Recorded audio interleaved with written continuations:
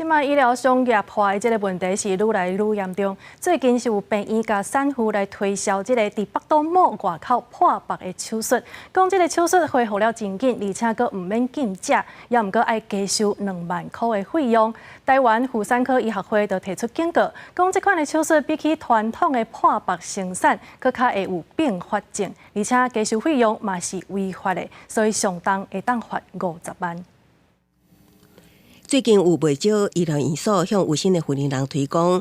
腹部外破腹产，强调术后恢复紧，较袂痛，毋免禁食等优点。也毋过，台湾妇产科医学会警告，这种手术是爱试过腹部拍开耻骨后腔，佮切开子宫头，比起传统常规的腹部内破腹产手术困难度较悬，佮较会有大出血等并发症。那胎儿的头啊、身体其实都蛮大的哈。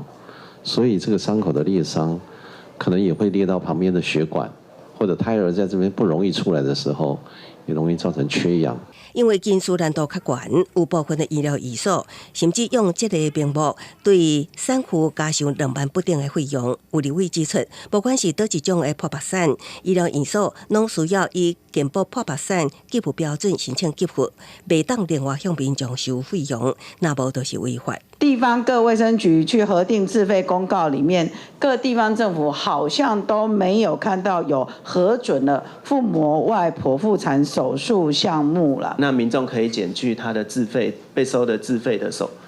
收据到我们的分区业务组，好，我们分区业务组会去进行跟医疗院所调一些资料，然后来做一个了解。卫福部强调。 医疗法规定，医疗机构袂当违反收费标准，超额也是限制项目收费。若要收自费项目，也需要经过地方卫生局审查核准，若无会开罚5万至50万的罚款。记者综合报道。